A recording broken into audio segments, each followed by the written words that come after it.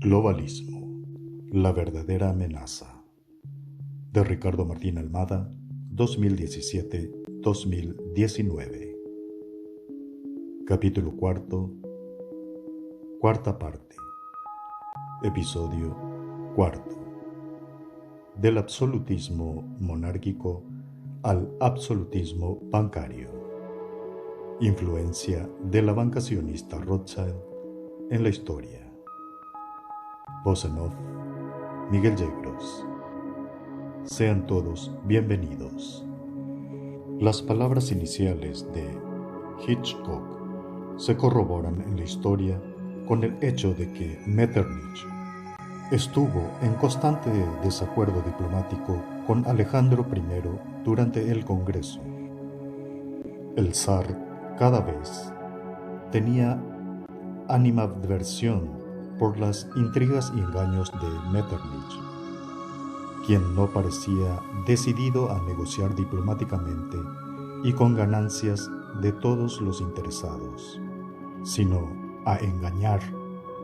No obstante, Metternich no tuvo más remedio que, casi finalizando el Congreso, firmar a regañadientes el Acuerdo de la Santa Alianza juntamente con Prusia y Rusia, luego de proponer varios cambios en la redacción, ya que Rusia consideraba que el Congreso de Viena no fue suficiente para combatir suficientemente las ideas liberales y nacionalistas. En pocas palabras, preservar las monarquías absolutas con base en el cristianismo. La Santa Alianza llevó a cabo los congresos de Aquisgrán, Troppau, Laibach y Verona.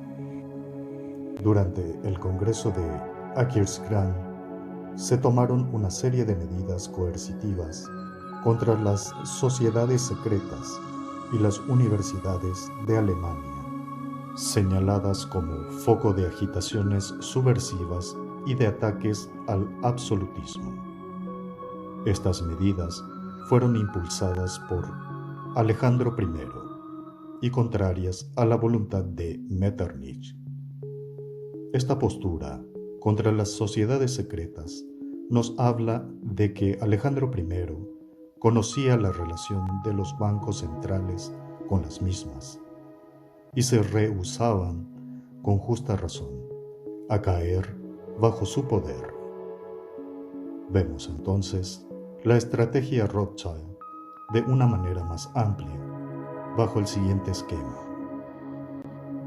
absolutismo monárquico, problema; nacionalismo revolucionario liberal, reacción; restauración del absolutismo, solución.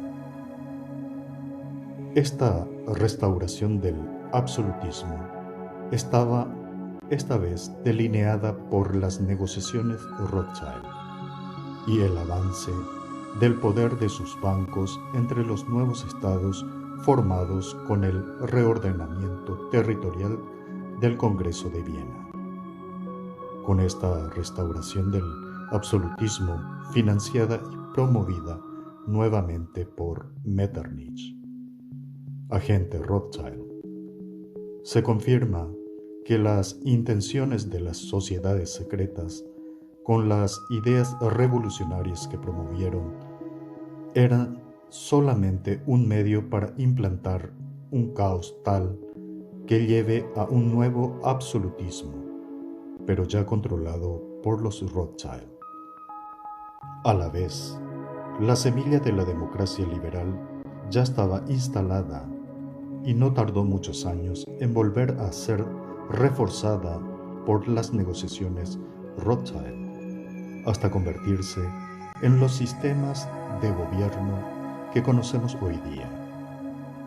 De supuesta democracia participativa, una ilusión de democracia, una fachada engañosa, ya que el poder en realidad está en los bancos que endeudan al gobierno y a los ciudadanos.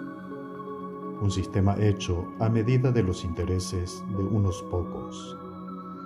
Es importante entender que, de no ser por la influencia Rothschild, la historia de las monarquías europeas hubiera tomado un curso totalmente distinto. Finalmente, se confirma la tesis de Hitchcock con el hecho de que, luego del Congreso de Viena, en 1815, quedó establecido una hegemonía bipolar, dominado por Inglaterra, bajo dominio Rothschild, y Rusia, que se rehusaba a depender de sus bancos.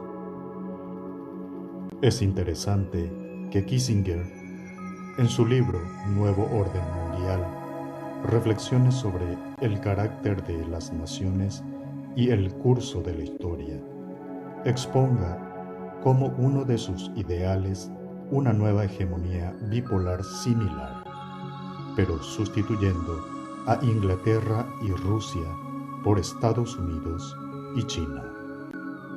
Seguiremos analizando el devenir histórico de los intereses Rothschild reflejados en política internacional en los próximos capítulos.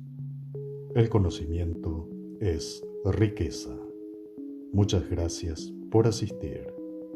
Voz en off, Miguel Yegros.